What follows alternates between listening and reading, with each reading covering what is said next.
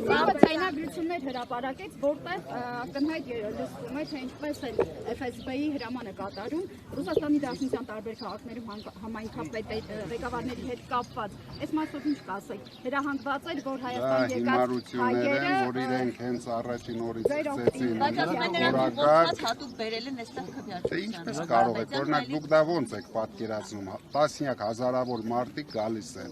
Իրենք հնարավոր է ասենք մի 100 հոգի աշխատող կարող է ունենա Facebook։ Ինչ ծրագիր ունի։ Հանրահավաքին վարչական ռեսուրսեր օգտագործում, մարդկանց ուղղորդում էին, բերում էին հրապարակ ավտոբուսներով, ինչ կասեք այդ մասին։ Թող բարով այլ։ Ինչքան եք բաժանել ընտրական շարք, ամեն օր ձայնագրություններ են հրապարակում։ Դե դուք երևի հաշված կլինեք, դուք ամենալավը Իհարկե չենք բաժանել։ Իհարկե որ բաժանած լինեինք, հիմա ինձ էլ նորից կալանավորած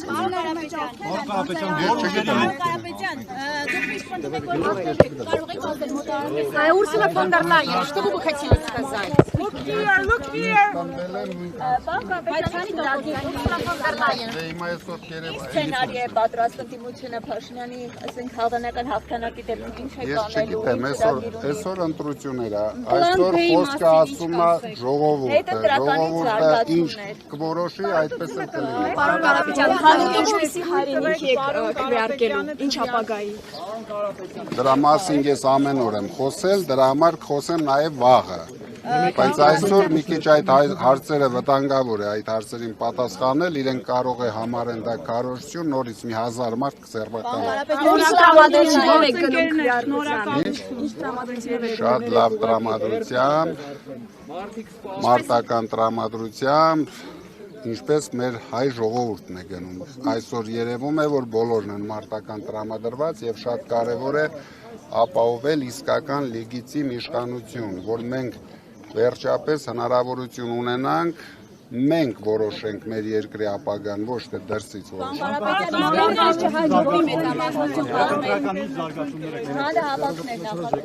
Ամենայն դեպս ես ուրախ կլինեի, որ մեր երկիրը չտանենք նոր ցնցումների, որտեղ ամեն մի ցնցում նորից մեր երկրի զարգացումը հետ է գցելու։ Դրա համար ճիշտ կլինի Կարապետյան,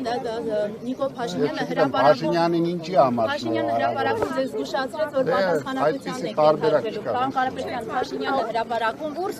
զգուշացրեց, որ պատասխանատվության եք ենթարկվելու նաև 300,000 ադրբեջանցիների խոսույթը քաղաքական օրակարգ մտցնելու համար, բացի փողերի Տեսնում ես ամեն օր եմ պատասխանատվության ենթարկվում, ամեն օր։ Ես հիմա պատկերացրեք։